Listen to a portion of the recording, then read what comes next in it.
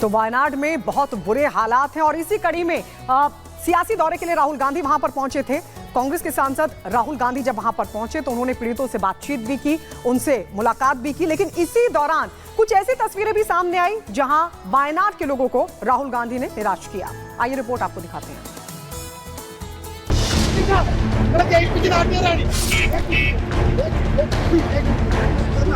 ये दर्द, ये पुकार, ये वेदना उस शख्स की है जो बड़ी उम्मीदों के साथ राहुल गांधी के पास पहुंचा था।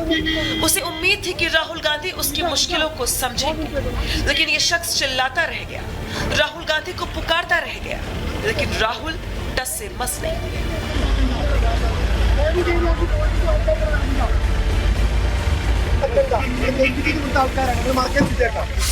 एक बार फिर देखिए इस तस्वीर को। हो सकता है आपको इस शख्स की भाषा समझ में ना आ रही हो, लेकिन उसके चेहरे के भाव, उसकी तकलीफ साफ साफ नजर आ रही है।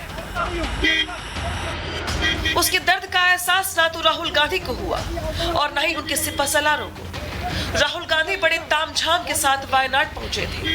वायनाड में आई तबाही से करीब 300 लोगों की मौत हो चुकी है। गांव के गांव खत्म हो गए हैं और जब उन्हें पता चला कि राहुल गांधी आए हैं तो भीड़ बड़ी उम्मीदों के साथ उनके पास पहुंची, लेकिन राहुल के रवैये ने लोगों को निराश किया।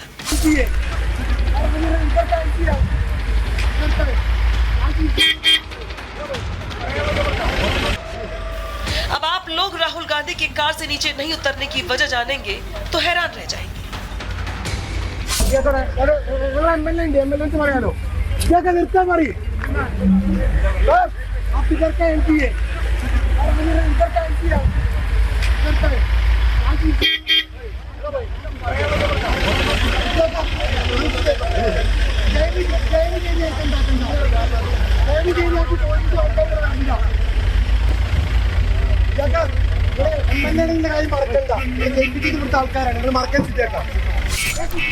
बताया जा रहा है कि जूता गंदा हो जाने के डर से राहुल गांधी गाड़ी से नीचे नहीं उतरे। राहुल गांधी बीते 5 सालों से वायनाड के सांसद थे। 2024 में भी आम चुनाव में राहुल वायनाड से भारी मतों से जीते। ऐसे में लोगों में राहुल गांधी से उम्मीदें थी, लेकिन वायनाड को निराशा ही हाथ लगी। अब वो कोस रहे हैं कि जब दिक्कत तकलीफ नहीं सुन सकते तो फिर राहुल गांधी वायनाड आए ही क्यों। Bureau report, Republic Bharat.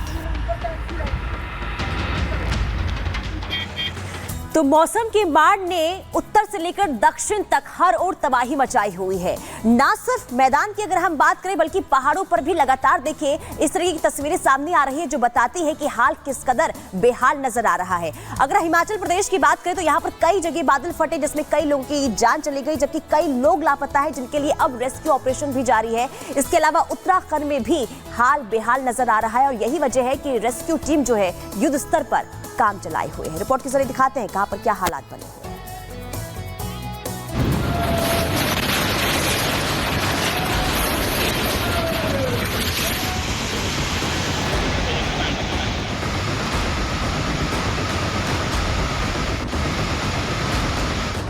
Himachal में आसमान से बरसी आफत।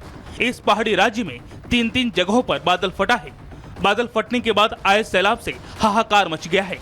यहाँ उफनती नदियों ने रौद्र रूप धारण कर भयानक तबाही मचाई है।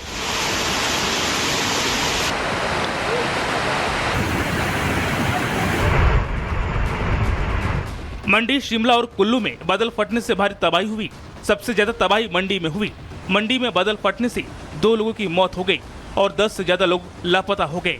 वहीं शिमला में बादल फटने के बाद आए सैलाब से 30 से ज्यादा लोग अभी भी लापता हैं। कुल्लू में भी बादल फटने के बाद कई सड़कों को भारी नुकसान हुआ है।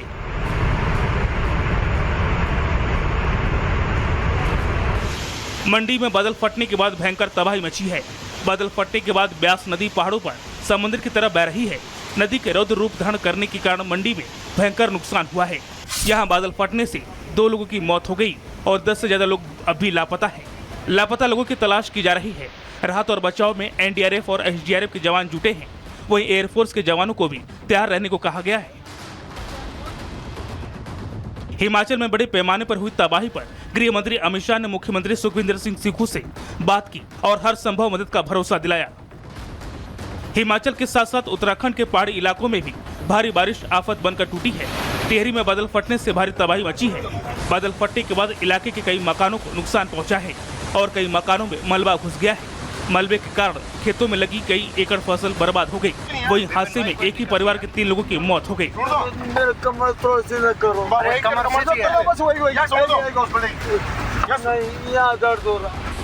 धनसाली केदारनाथ पुल के आपदा की चपेट में आने के कारण चारधाम जाने वाले तीर्थ यात्रियों समेत कांवड़ यात्रियों का भी चारधाम से संपर्क पूरी तरह से कट चुका है।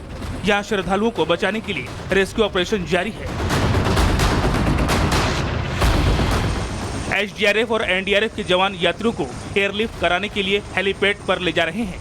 सीएम पुष्कर सिंह धामी ने टिहरी जिले के धनसाली में आपदा वाले स्थानों का दौरा किया और आपदा प्रभावितों को हर संभव मदद का आश्वासन दिया। टिहरी के अलावा पौड़ी में भी मौसम का कहर जमकर टूटा। यहाँ भी एक गांव में बादल फटा है। बादल फटने से खेतों को भारी नुकसान पहुंचा। बारिश के कारण गांव को जोड़ने वाले छोटे छोटे पुल और पुलिया सैलाब में बह गए।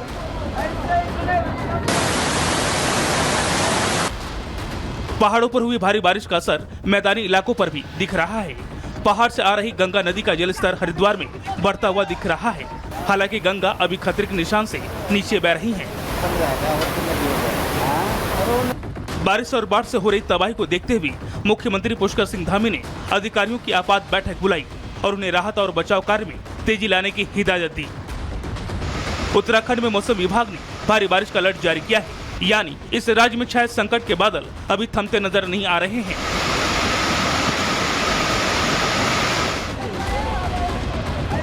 Bureau report, Republic Bharat.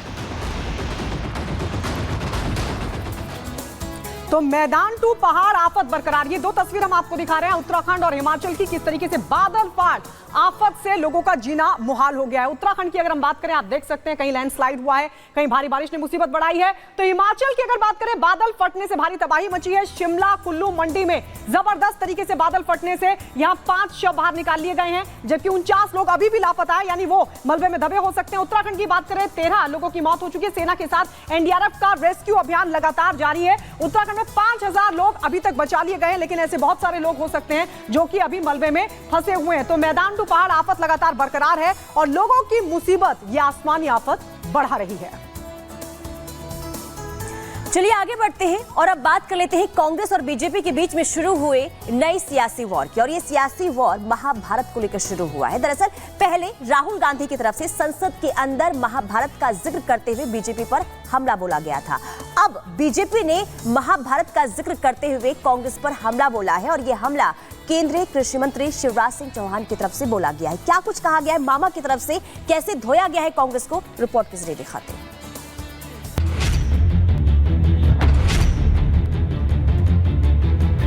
केंद्रीय कृषि मंत्री शिवराज सिंह चौहान ने एक बार फिर कांग्रेस को आड़े हाथों लिया। कृषि मंत्री शिवराज सिंह चौहान ने कांग्रेस पर किसानों को ठगने का आरोप लगाया। शिवराज सिंह चौहान ने कहा कि कांग्रेस के डीएनए में ही किसान विरोध है। कांग्रेस के डीएनए में ही किसान विरोध है, मैं ये कहना चाहता हूं। ये आज से नहीं, प्रारंभ से ही कांग्रेस की प्राथमिकता गलत रही है। केंद्रीय कृषि मंत्री शिवराज सिंह चौहान ने किसान के मुद्दे को लेकर विपक्षी पार्टी पर जमकर हमला बोला। इस दौरान उन्होंने महाभारत का जिक्र करते हुए कांग्रेस पर भी तंज कसा। उनको याद भी आए तो शकुनी याद आए। शकुनी, चौपड़, चक्रव्यूह और इन सारे शब्दों का संबंध है अधर्म से। जाकी रही भावना जैसी, प्रभु मूरत देखी सुनते ऐसी। शिवराज सिंह चौहान ने कांग्रेस को उसके अतीत की याद दिलाते हुए उसकी पुरानी कमियों को गिनाया। इस दौरान इंदिरा सरकार में हुए लेवी मामले को भी उठाया। मुझे अच्छी तरह याद है, हम छोटे थे उस समय किसानों से जबरदस्ती लेवी वसूली का काम होता था। जबरदस्ती लेवी वसूली जाती थी। अगर 2 क्विंटल भी है तो 1 क्विंटल दे के जाओ। दरअसल संसद में बजट सत्र के दौरान चर्चा में नेता प्रतिपक्ष राहुल गांधी ने महाभारत का जिक्र कर सत्ता पक्ष पर अभिमन्यु की तरह फंसाने का आरोप लगाया था। और अब उसी महाभारत का जिक्र कर शिवराज सिंह चौहान ने बीजेपी पर हुए हमले का बदला चुकाया। Bureau report, Republic Bharat. और अब बात करते हैं हॉटस्पॉट के लिए कैसे मर्डर को अंजाम दिया गया। ये मामला हरियाणा के रोहतक का है, जहां पर एक ऐसा मामला सामने आया है जो आपको भी बहुत अजीब लगेगा और हैरान भी करेगा कि क्या कोई सिर्फ इसलिए किसी को मौत के घाट उतार सकता है क्योंकि एक पति ने अपनी पत्नी को पुनीता मौत के घाट उतार दिया। बिल्कुल, और देखिए पति ने अपनी पत्नी को इसलिए मार डाला क्योंकि उसने अपनी पत्नी से हॉटस्पॉट ऑन करने के लिए कहा था, लेकिन पत्नी ने मना कर दिया, जिसके बाद पति ने अपनी पत्नी को ही मौत के घाट उतार दिया। हालांकि अभी आरोपी पति जो है पुलिस के शिकंजे में है और पुलिस आगे की जांच कर रही है।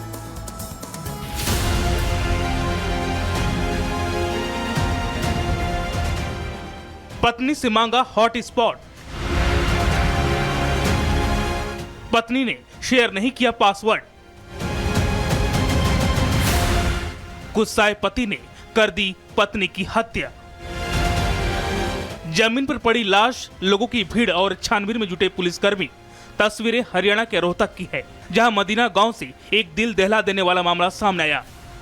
लोगों के भीड़ के बीच पड़ी ये लाश उस महिला की है जिसकी हत्या का आरोप उसी के पति पर है, वो भी सिर्फ इसलिए क्योंकि उसने अपने पति को मोबाइल वाईफाई नहीं दिया। इसी बात पर पति को गुस्सा आ गया और उसने तेजधार हथियार से पत्नी को मौत के घाट उतार दिया। इस वारदात की जानकारी के बाद पुलिस मौके पर पहुंची और महिला के शव को कब्जे में लिया। रेखा के परिजनों के बयान के आधार पर आरोपी पति अजय के खिलाफ हत्या का मामला दर्ज कर लिया गया है। पुलिस ने आरोपी अजय को भी गिरफ्तार कर लिया है और मामले की जांच कर रही है।